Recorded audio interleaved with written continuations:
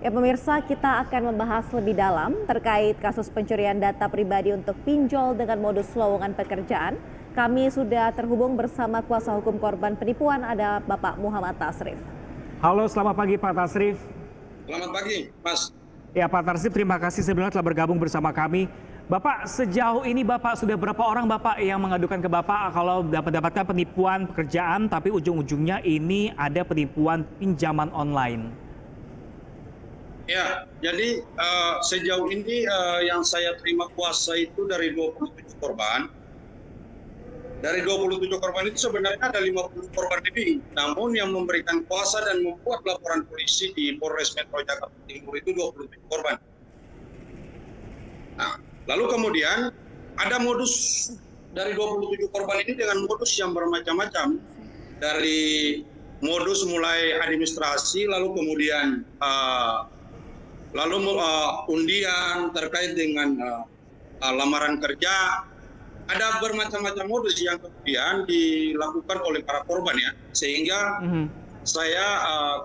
kami laporkan yang inisial R ini di Polres Metro Jakarta Timur pada tanggal 5 Juni 2024. Oke, Pak Tasrif, artinya seluruh korban yang melapor ke Bapak ini pelakunya ada satu orang yang sama? Saya yakin kalau untuk bicara satu pelaku, saya kira itu nanti kita serahkan semua ke kepolisian ya. Karena saya duga juga ada orang yang bersama-sama ya, bersama-sama dengan inisial R ini, saudara yang terlapor ini, saya kira bukan dia sendiri tunggal, tapi ada beberapa orang. Akan tetapi kita juga saya juga lagi kumpulkan bukti-bukti dan saya kumpulkan bukti sekaligus saya lagi mencari informasi terkait dengan ada salah transfer ya, ada salah transfer dari salah satu bos yang selalu disebutkan oleh saudara terlapor. Jadi inisial bos ini saya akan juga minta kepolisian untuk dalami.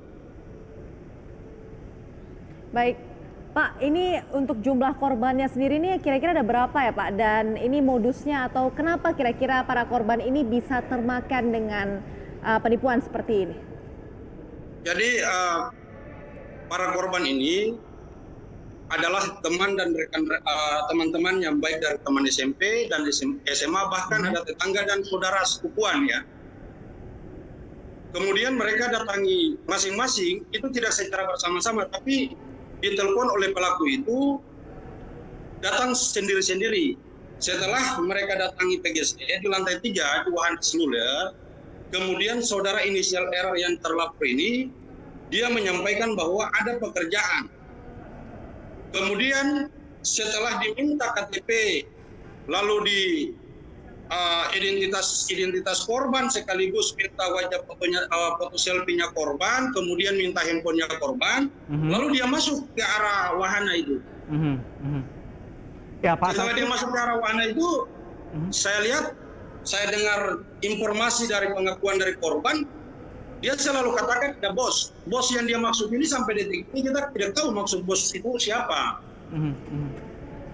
Pak Tasrif, kalau sejauh ini dari beberapa klien Anda nih kerugian yang mereka terima nih berapa besarannya, kisarannya masing-masing orang? Jadi masing-masing orang itu ada sekitar 20 juta ke atas ya, 20 sampai 40 sampai ada yang 70 juta. Oke, baik. Kalau dari masing-masing korban ya, karena satu korban itu dia memiliki 4 aplikasi. Oke Pak, ini para korban ini kan tadi sempat disuruh untuk selfie dengan KTP. Ini para korban ini tidak ada rasa curiga kah Pak pada saat ada persyaratan seperti itu? Bahkan korban menanyakan kepada saudara pelaku, apa yang kamu lakukan ini saudara R? Enggak apa-apa, ini enggak ada maksud apa-apa. Itu yang disampaikan oleh pelaku kepada korban.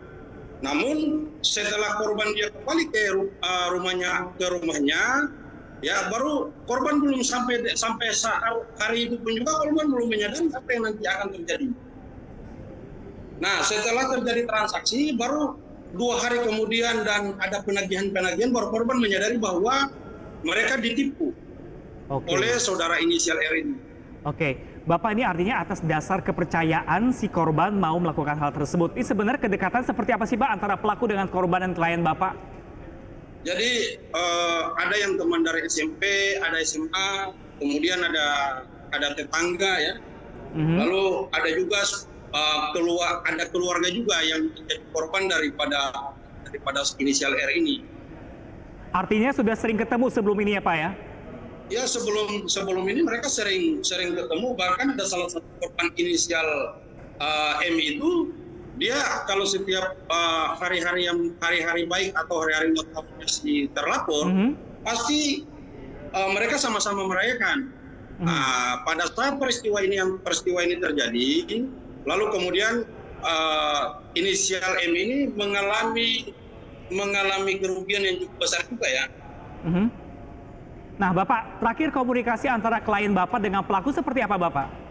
Ya, sejauh ini para korban dan pelaku waktu beberapa bulan yang lalu itu sering didatangi rumah pelaku ya. Nah, namun dari pihak keluarga sendiri juga tidak pernah mau menyampaikan bahwa si saudara pelaku ini ada di rumah, bahkan dia selalu di luar. Sejauh ini Bapak, respon kepolisian seperti apa? Apakah sudah mulai berjalan kasusnya? Ya, saya kira dari pihak kepolisian peningkatan sekarang masih dalam tahapan lidik ya. Dalam tahapan lidik ini kami percaya sangat kepada pihak kepolisian, dalam hal ini penegak hukum. Mereka cepat bergerak, dalam hal ini Polres Jakarta Timur. Baik Pak, lalu untuk apakah Bapak sudah mengetahui, mungkin polisi sudah membeberkan sedikit kenapa, apa alasan pelaku ini melakukan pinjol atau menarik pinjol dari data-data para korban ini? Untuk apa gitu uangnya? Jadi sejauh ini kalau terkait dengan perihal uang yang masuk ke rekening pelaku, kami tidak sampai detik ini kami tidak tahu apa yang dia mau lakukan dan uang itu dikemanakan, kita nggak tahu ya. Ya karena kami juga sampai detik ini masih dalam terus menerus. Saya juga mendampingi para saksi untuk memberikan keterangan di kepolisian dan saudara pelaku pun juga belum dipanggil ya, belum dipanggil secara resmi ke Polres Metro Jakarta. Baik Pak Tasrif, ini harapannya apa nih Pak terkait dengan penyelesaian kasus ini? Apakah uang dari para korban dikembalikan atau seperti apa? Ya harapan saya pelaku ini dia harus diberikan efek jerah, karena memang ini murni penipuan ya, murni penipuan yang dilakukan oleh pelaku terhadap korban, karena ini korban juga bukan satu orang tapi 20 ribu korban. Dan kerugian yang dialami korban ini cukup sangat besar, 1,1 miliar, sehingga dia harus bertanggung jawab atas perbuatannya. Bapak, ini kan mau nggak mau klien Bapak ini harus mengajukan atau membayar setiap pinjaman yang dikeluarkan. Ini sejauh ini seperti apa Bapak penanganannya? Apakah akan dibebankan ke pemerintah atau mereka diamkan saja? Seperti apa Bapak? Ya, sejauh ini saya sudah suratkan OJK juga. Saya sudah mengadukan hal tersebut ke OJK dan OJK juga sudah menyuratkan semua aplikasi, dan saya selaku kuasa hukum sudah bertemu dengan beberapa aplikasi. Salah satu aplikasi yang saya sudah datangi itu Ion dengan Home Credit ya. Oke, baik. Baik, terima kasih banyak Bapak Muhammad Tasrif. Semoga ini pelaku segera tertangkap dan mempertanggungjawabkan perbuatannya. Dan ini juga imbauan juga untuk semua warga agar tidak terlalu percaya, apalagi dengan orang dekat. Betul, apalagi kalau menyebarkan data secara gampang itu harus lebih cermat lagi ya, cross check lagi, benar sekali. Terima kasih banyak Pak Tasrif telah bergabung bersama kami di studi kali ini. Terima kasih. Terima kasih. Selamat pagi. Pak, Mas.